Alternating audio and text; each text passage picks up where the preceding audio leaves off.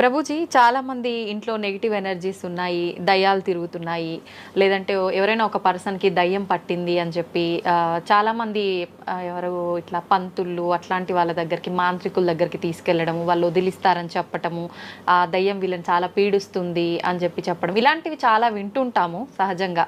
ఇదంతా నిజమే అంటారా ప్రభుజీ? అసలు దయ్యాలనేవి ఉన్నాయంటారా?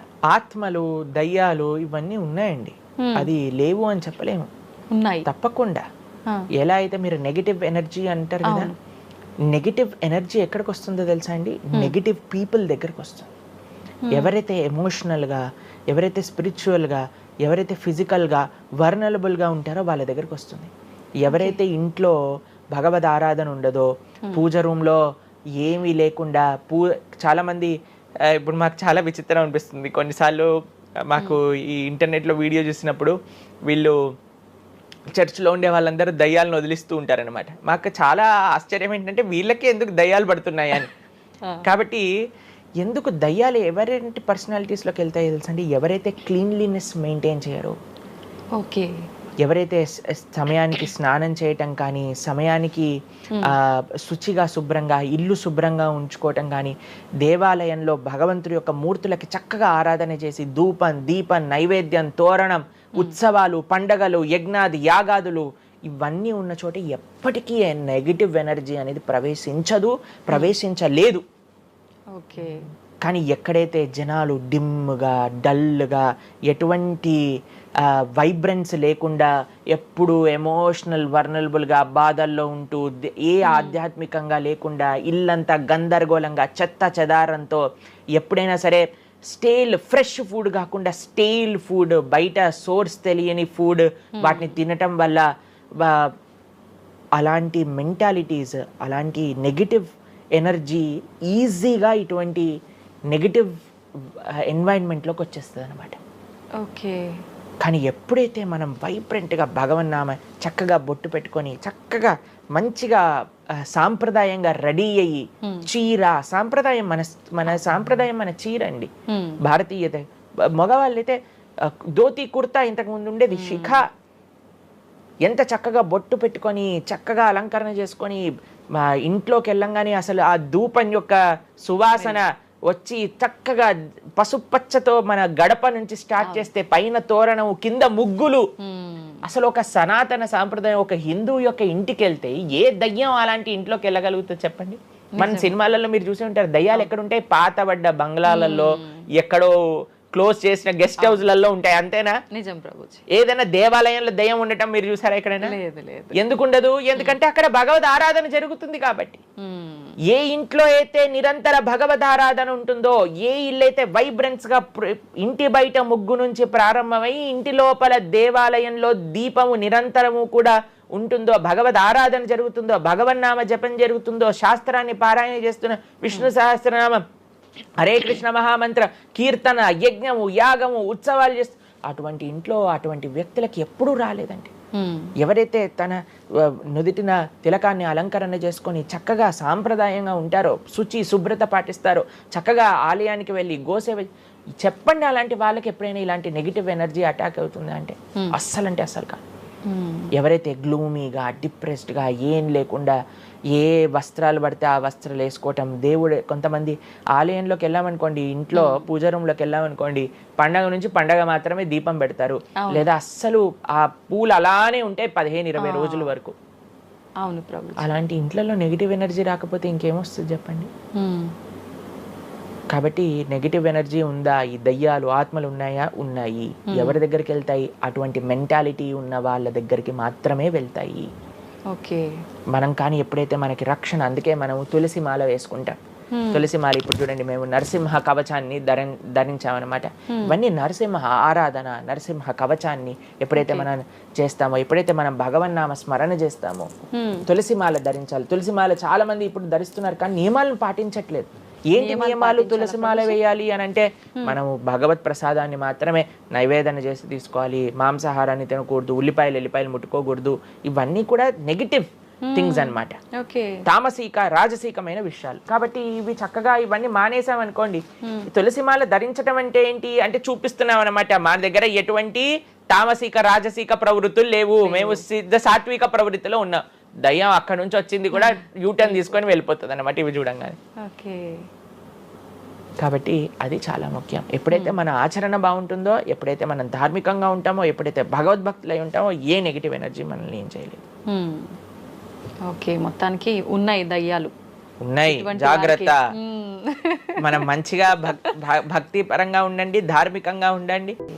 ప్రభుజీ కర్మ సిద్ధాంతం అన్నారు కదా, అసలు కర్మ సిద్ధాంతం అంటే ఏంటి ప్రభుజీ, ఏం చెప్తోంది అసలు? మనం చెయ్యంది మనకి రాదు, మనం చేసింది తప్పకుండా మనకు వస్తుంది. ఇదే కర్మ సిద్ధాంతం.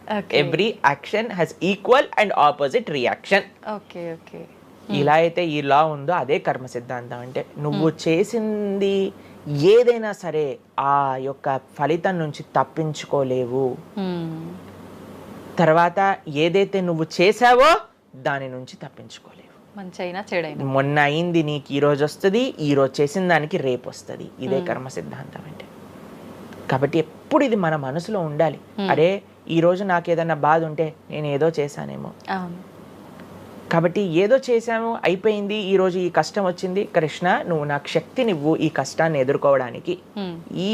ఇప్పటి నుంచి నేను ఇలానే మంచిగా ఉంటాను, ఎప్పుడూ అధర్మం వైపు వెళ్లకుండా ఉంటాను, స్వామి నువ్వే రక్ష అని ఆ ధర్మ చింతన ముందుకు తీసుకెళ్ళటం. ఇప్పుడు కానీ మనం ఆ ధర్మ సంకల్పం చేసుకుంటండి, రేపటి రోజున మరి చాలా మంది అంటే రేపు ఎవరు చూసారో లేదో, అయ్యా రేపు ఎవరు చూసారో లేదో అని కానీ మీ పిల్లవాడు చెప్పి నేను ఇప్పుడు కష్టపడను, రేపు నాకు ర్యాంక్ వచ్చాక నాకు ప్లేస్మెంట్ వస్తుందో లేదో నాకేం గ్యారంటీ ఉంది కాబట్టి నేను చదవను అన్నాడు అనుకోండి, ఏం చెప్తారు మీరు? నాన్న నువ్వు ప్లేస్మెంట్ గురించి బాధపడకు, ఫస్ట్ నీ కర్తవ్యం చదవటం నువ్వు చదువు, దాని తర్వాత నీకు వస్తే వస్తుంది, నీ జీవితం సెటిల్ అవుతుంది. అంతే కదండి. మనం కూడా లేదు రేపు ప్రొద్దున ఎవరు చూసారు స్వర్గాన్ని నరకాన్ని కాబట్టి నేను ఇప్పుడు ధర్మాచరణ చెయ్యను అని అంటే మీ పిల్లవాళ్ళు కూడా ఎక్కడైతే చదవను అని అంటారో అలానే మనం కూడా తయారవుతాం. చాలా మంది అండి పెద్దవాళ్ళు పిల్లలకి మాత్రం మంచి నీతులు చెప్తారు, కానీ వాళ్ళ దగ్గరకు వచ్చేసరికి వాళ్ళు ఆచరించడానికి రెడీగా ఉంటారు అనమాట. కాబట్టి మీరు ఒక్క విషయాన్ని ఆలోచించండి, మీరు ఏం చెప్తున్నారో అది మీరు ఫాలో అవుతున్నారా? పెద్దలు ఫాలో అవుతేనే అది పిల్లలు ఆచరిస్తారు, లేకపోతే ఆచరించరు. పిల్లలకి స్కూల్ ఎలానో మనకి భగవంతుడి యొక్క సృష్టి చేసిన ఈ ధర్మం అలాంటిది.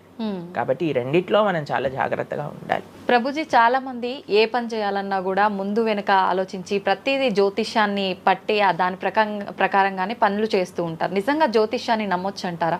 జ్యోతిష్యం 100% కరెక్టే, కానీ జ్యోతిష్యాన్ని నువ్వెంత సీరియస్గా తీసుకోవాలి అది ఆలోచించాల్సిన విషయం.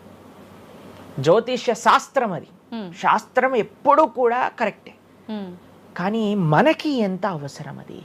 ప్రతిరోజు ప్రొద్దున లేవంగానే రాశి ఫలాలు ఏమైపోయాయి అని కొంతమంది చదువుతూ ఉంటారు. ప్రతి చిన్న విషయానికి ఈ రోజు ఏమైంది, ఈ రోజు ఎలా ఉంది, ఆ రోజు ఎలా ఉంది, సండే పేపర్లో వచ్చింది, ఇంకా ఈ వారం ఎలా ఉండబోతుంది, ఇవన్నీ నీకు అవసరం లేదయ్యా.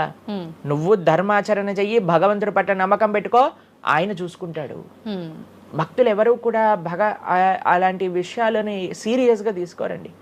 ఎందుకంటే బృందావనంలో ఒక భక్తులు ఉన్నారనమాట, ఆయన అంటారు మొత్తం అన్ని గ్రహాలు నీకు అనుకూలంగా ఉండి నువ్వు కృష్ణ భక్తుడివి కానీ అవ్వకపోతే అన్ని గ్రహాలు అనుకూలంగా ఉండి నీకేం లాభం. తర్వాత అంటాడు అన్ని గ్రహాలు ప్రతికూలంగా ఉండి కానీ నువ్వు కృష్ణ భక్తుడు అయితే ఏవి నిన్ను ఏం చేయలేవు. ఎందుకంటే భగవంతుడు అలాంటి రక్షణ ఇస్తాడనమాట మనకి. భగవంతుడి దగ్గర ఆ శక్తి ఉన్నది. కాబట్టి మనము దేన్ని ఎంత సీరియస్గా తీసుకోవాలి, మనకి కావాల్సినది ఆధ్యాత్మికత, భక్తి. భగవంతుడి గురించి విన్నామా, భాగవత రామాయణాదులు శ్రవణం చేశామా, స్వామికి ఆరాధన చేసుకున్నామా, ఆలయానికి వెళ్ళామా, గోసేవ చేశామా, ధార్మికంగా ఉన్నామా, ఎవరికి ఏం చెడు చేయలేదా, మంచి అందరి గురించి కూడా మంచి ఆలోచిస్తున్నామా, ఒకళ్ళతో మంచిగా మాట్లాడుతున్నామా, ఎవరికి చెడు చేయట్లేదా, ఇంతవరకు నీ ఆలోచన ఉంటే సరిపోతుందండి. ఈ ధర్మ చింతన మనకు కావాలి. అంతేకాని ఏమవుతుంది, నా రాసి ఏంటి, ఇదేంటి, ఇప్పుడు అంత పిచ్చి జనాలకి ఎలా పెరిగిపోయిందంటే ఒకళ్ళు అంటారు ఈ ఉంగరం పెట్టుకోమంటారు, ఒకళ్ళు అంటారు ఇలా నీ పేరు రాయి అంటారు, ఒకళ్ళు అంటారు నీ పేరులో ఏ ఏ ఏ ఏ ఎక్స్ట్రా రాయమంటారు. ఇవన్నీ ఏంటి మారిపోయాయి. ఇవన్నీ మార్చుకొని నీ ఆచరణ కానీ మారకపోతే, నీ థింకింగ్ కానీ మారకపోతే, నీ ధర్మం పట్ల ఉండే అనిరుక్తి కానీ పెరగకపోతే ఇవన్నీ చేసి ఏం లాభం.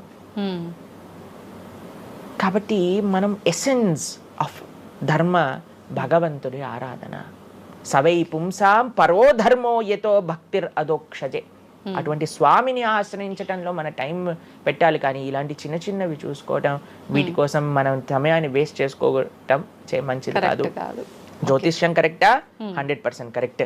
నీకెంత కావాలి అది నువ్వు ఆలోచన చేసుకో. పెళ్లి చేసుకోవాలి, గృహ ప్రవేశం చేసుకోవాలి, ఏదైనా పెద్ద పెద్ద ఉంటే అప్పుడు మీరు చూడాలి ముహూర్తం, వివాహం చేసుకోవటం కానీ లేదా ఏమంటాం మన గృహ ప్రవేశాది పెద్ద పెద్ద కార్యములకి చూసుకో. ఇలాంటి పిచ్చి పనులు ఆపాలి ఫస్ట్. ప్రొద్దున పూట లేచి భగవంతుడి దగ్గరికి వెళ్ళి భగవంతుడికి నమస్కారం చేసి జపం చేసుకొని ధ్యానం చేసుకొని ఆలయానికి వెళ్ళి దర్శనం చేసుకొని భగవత్ చింతనలో ఉండండి. రోజులో ఏ కష్టం వస్తుందో దాన్ని ఎలా ఎదుర్కోగల ఆ శక్తిని వస్తుంది. అంతేగాని ఏమున్నాయి రాశి ఫలాలు చదవటం వల్ల ఏం అవ్వదండి. కాబట్టి సొల్యూషన్ పైన కాన్సన్ట్రేట్ చేయండి, ప్రాబ్లం కోసం విశ్లేషణ చేయకూడదు. ఓకే.